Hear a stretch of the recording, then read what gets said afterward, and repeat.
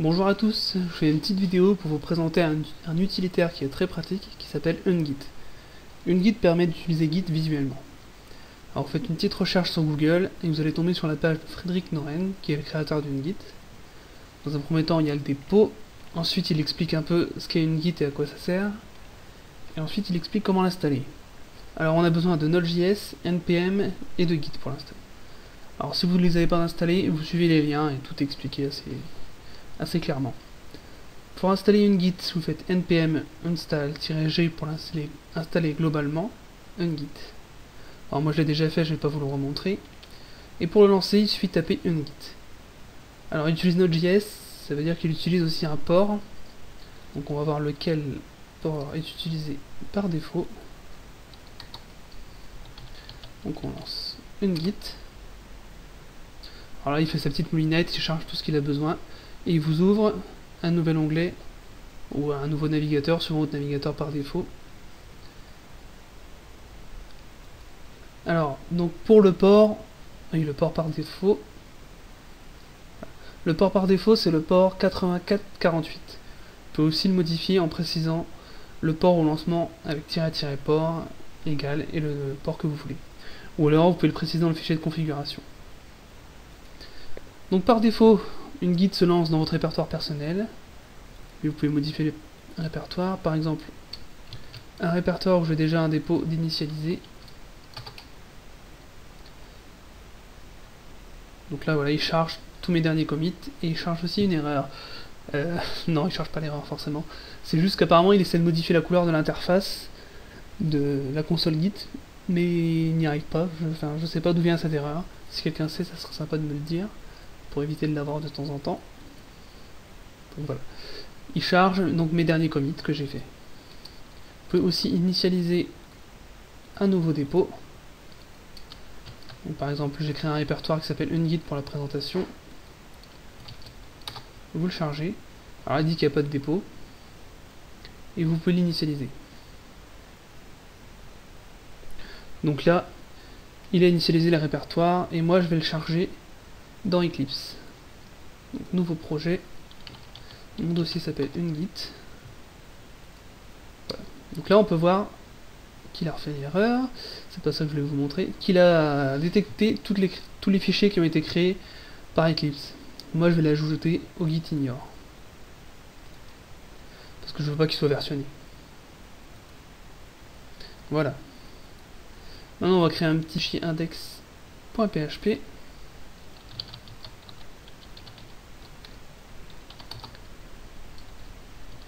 Avec par défaut une petite structure HTML5. Voilà. Donc là il va détecter que le fichier a été créé. Alors on va dire que c'est l'index file et on le commit. Alors maintenant on va supposer que j'ai créé mon application que je souhaite publier maintenant sur GitHub. Alors ça c'est possible, il suffit d'aller créer un nouveau répertoire sur GitHub. Alors moi je vais l'appeler Ungit. C'est un répertoire public et je le crée. Alors là il me donne l'adresse sur GitHub, donc je le copie et là je vais l'ajouter au serveur, enfin à la liste des serveurs sur lesquels je peux publier. Alors le nom je vais Ungit. Voilà, maintenant si on clique sur le nom de la branche, donc la master, je peux le push. Donc je fais un push. Alors moi j'utilisais déjà Git avant. Donc j'ai déjà mis mon crédential sur GitHub et en local pour pouvoir pour pouvoir publier mes dépôts sur GitHub en HTTPS. Alors je sais pas si vous n'avez jamais utilisé Git, peut-être que Ungit vous demande tout ça, mais moi en l'occurrence ça marche plutôt facilement. Alors et maintenant, donc on peut aller voir sur GitHub que mon fichier est bien présent. Alors là, je vais ajouter des paragraphes.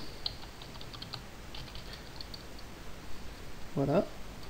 Je sauvegarde. Et donc là, ça a bien été pris en compte. Donc je vais le commit. Le paragraphe. Et on fait le commit. Alors là, si on clique dessus, on peut voir qu'on peut donc soit le publier, soit faire un reset, c'est-à-dire annuler le dernier commit. Donc par exemple, enfin ce commit là, on peut le faire que sur le dernier. Si je clique, là je peux supprimer la branche, bon c'est pas ce que je veux faire, et checkout, bon je suis déjà sur cette branche là.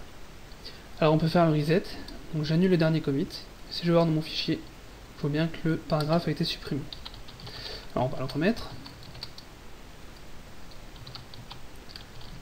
New paragraphe, je fais le commit. Ici bon je vais faire le push, pour remettre le paragraphe en ligne. Alors le push est toujours un petit peu long, donc c'est un peu l'inconvénient d'Ungit, c'est que ça met du temps à être mis sur le serveur. Donc je pense que une fois que tout le monde aura bien compris comment marche Git, on repassera tous en ligne de commande parce que c'est beaucoup plus rapide. Mais Ungit a quand même l'énorme avantage, par exemple si vous reprenez un projet déjà fait, vous pouvez voir toutes les branches qui ont été créées, tout ce qui a déjà été fait. Et visuellement c'est toujours plus pratique qu'en ligne de commande quand même. Alors, maintenant que j'ai push, je peux reverse le dernier commit, c'est-à-dire pas l'annuler dans le sens le supprimer, mais créer un nouveau commit qui permet d'annuler ce dernier commit. Donc pour ceux qui utilisent Git habituellement, ils ont l'habitude. Donc là voilà, j'ai annulé le dernier, donc voilà. Mon paragraphe a bien été supprimé de nouveau. Alors je vais recréer les paragraphes encore une fois. Bon, ça sert un petit peu à rien, c'est un petit peu débile de créer des paragraphes comme ça, mais c'est pour présenter une Git. Donc là, je vais mettre 3 new paragraphes et je fais le commit. Alors ici, je peux commit le dernier commit, c'est-à-dire l'annuler complètement. Donc ça, c'est si on n'a pas fait de push sur le serveur, que sur le serveur, je vous rappelle qu'on ne peut pas supprimer un commit. Donc là, je peux faire un commit, donc on va le faire pour vous montrer. Ça supprime bien mon dernier commit. Donc alors, ça modifie pas le fichier qu'on a modifié, mais ça permet par exemple de changer le titre ou la description. Donc là en l'occurrence, ça me plaisait bien.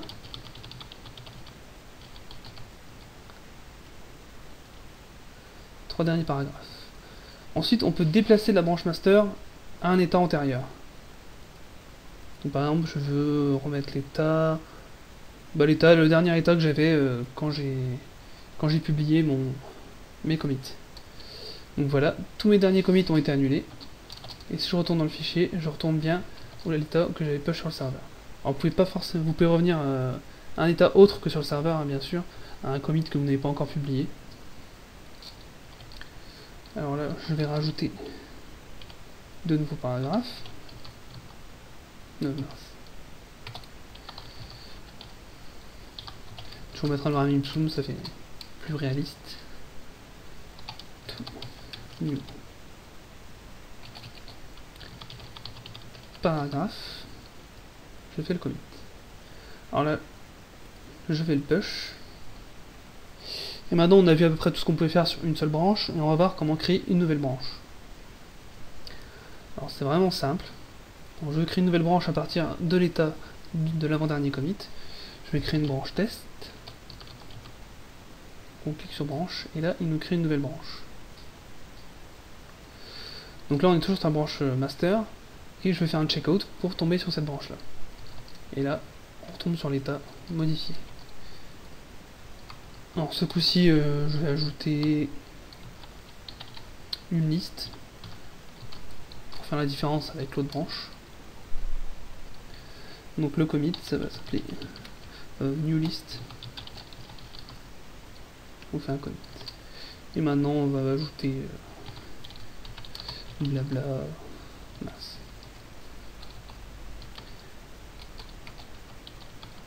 On sauvegarde.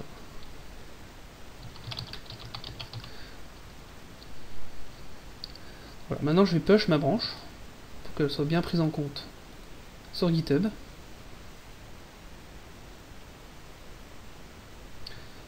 Vraiment long les push quand même. Et donc si je vais voir dans mes branches, alors, ça n'a pas été encore pris en compte. Voilà. Donc là, il nous met bien que j'ai deux branches. Donc une branche master et une branche test. Ensuite, si je veux retourner sur la branche master, donc je fais un checkout. Et là, on voit que je peux donc merge ma branche. Donc, si je veux le faire, je déplace sur la branche principale. Et donc, vous voyez que graphiquement il essaye d'aller vers la branche principale. Et on peut aussi faire un cherry pick, je ne sais pas si je prononce bien, d'un ancien commit. Donc c'est-à-dire basculer juste ce commit là sur la branche principale. Alors là il me dit qu'il y a un conflit parce que c'est dans le même fichier. Donc si je lui dis de résoudre les conflits, on va voir dans le fichier et on voit que Git a ajouté automatiquement les différences entre les deux fichiers. Donc là, moi je veux tout garder. Ma branche, enfin le commit que j'avais fait sur ma branche de test me plaît bien, donc je veux conserver les deux. Donc là, on va mettre cherry pick. Bon, le nom est pourri, mais... Et maintenant, donc, on peut faire le push, si on veut. Donc voilà, je pense avoir fait à peu près le tour d'Ungit. Donc voilà, je vais vous présenter quand même le merge. Donc là, hop, on merge. Alors là, il me dit qu'il y a un conflit, forcément. Hop. Là, pour le coup, je vais rien garder. De toute façon, c'est un exemple un peu débile. Voilà. Maintenant que le conflit a été résolu, vous voyez, on peut continuer de merger. Et voilà, on voit bien qu'il a fusionné la branche test avec la branche master. Alors on peut aussi supprimer les branches, bon là c'est un peu ridicule parce que je l'ai fusionné, mais on peut aussi fusionner les branches. Donc là par exemple maintenant si j'annule le dernier commit, alors, il me remet l'erreur du changement de couleur, je sais pas pourquoi. Voilà, je fais le commit, mais il peut plus fusionner la branche parce que je l'ai supprimé. Donc voilà, c'est un peu ridicule de faire ça, hein, mais c'est pour montrer un peu les possibilités, mais aussi qu'il est très permissif et du coup on peut faire un peu de conneries. Voilà, je pense que je vous ai présenté à peu près tout ce qu'on pouvait faire avec une Git. Pour le moment, il y aura sûrement des nouvelles choses, c'est assez utilisé donc je pense que le créateur va maintenir un petit peu le truc et qui va améliorer ça pour qu'on puisse faire vraiment tout ce qu'on peut faire avec Git. Voilà, à bientôt!